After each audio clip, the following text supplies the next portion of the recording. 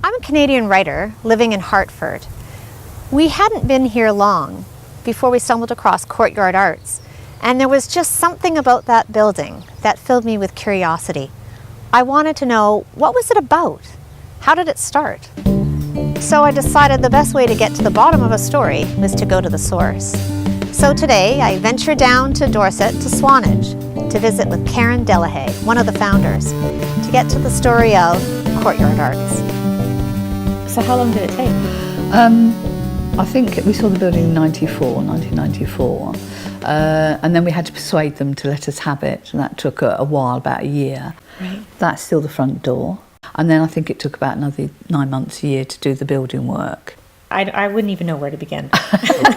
It had been used as a stable for the big house across the way. Yeah. When we cleaned out upstairs, the ceiling was covered in hibernating butterflies, and I was told that's where the staff would go, maybe the stable lads would go. And it hadn't really been changed. The council had used it as storage, and then it was used by, I think, the Parks Department. I was in there, we'd sort of almost done most of the work, and I was in there with the plumber. We were the only people on site, and suddenly on the pipes came this. Oh, and he heard it and I heard it. There was nobody else there. It wasn't air in the pipes because the pipes hadn't been filled yet. There wasn't any water. And both of us thought the same thing, you know, who is this sort of... Well, that had to be a friendly ghost. It was definitely, it wasn't malevolent. Like so it was a prankster. Pranks. And then that became the gallery, so we built a wall there.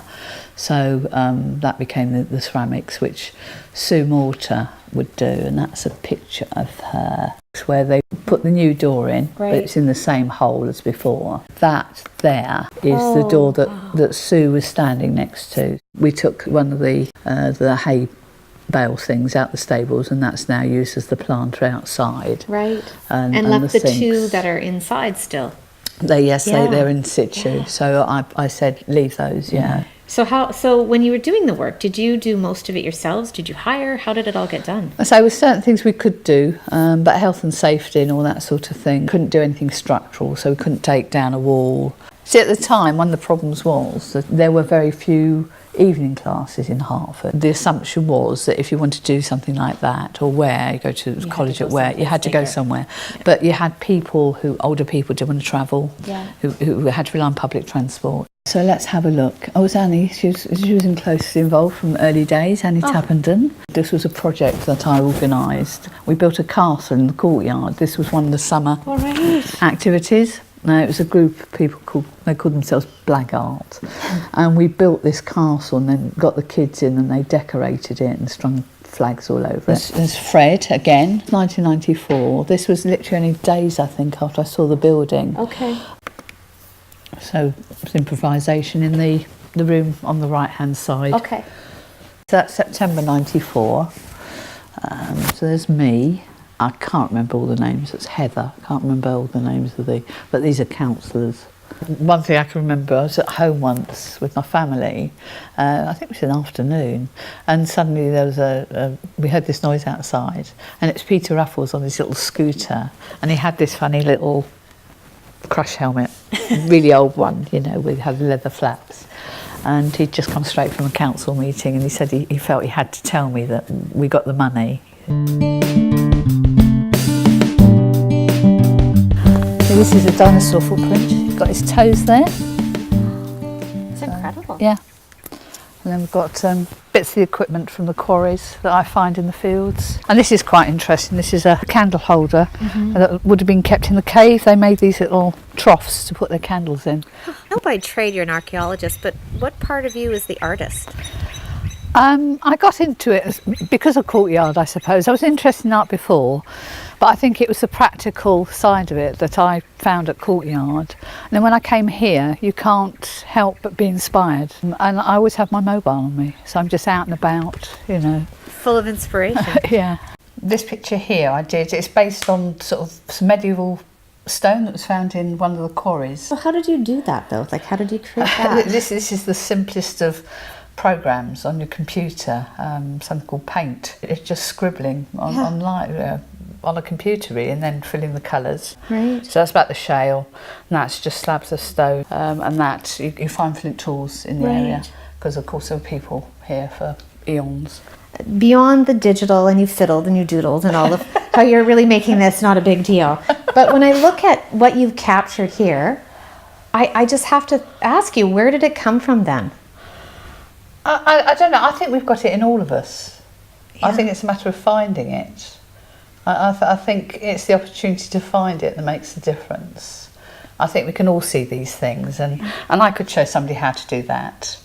And I think the courtyard was part of that process. We all shared ideas, or we shared skills. Yeah, inspiration. So, inspiration, yes, or making you look at something differently. This thing about not looking at it as a big picture, but looking very closely. The hayfield up there, it's a high species meadow. The particular geology around here, recognised by Natural England, is registered as a rare species breeding habitat. So this is the shepherd's hut. I've had this, I got this I suppose a couple of years after I moved here. I'd heard about them, I had the opportunity to get it, and it's all been done out inside, and people can stay here. Yeah. And it's a lovely quiet spot. I've had writers come here. The gardener over there at the moment, he's a musician. He stayed here and he composed a piece of music while staying here. Other people have written poetry in there. I could finish my novel in there. Exactly, that's the sort of place that, you know, wedding couples use it as a wedding night, and it's Perfect. Decorated. Yeah, it's perfect. So it's lovely. Yeah, I get a lot of comments about that. People come back just the odd night.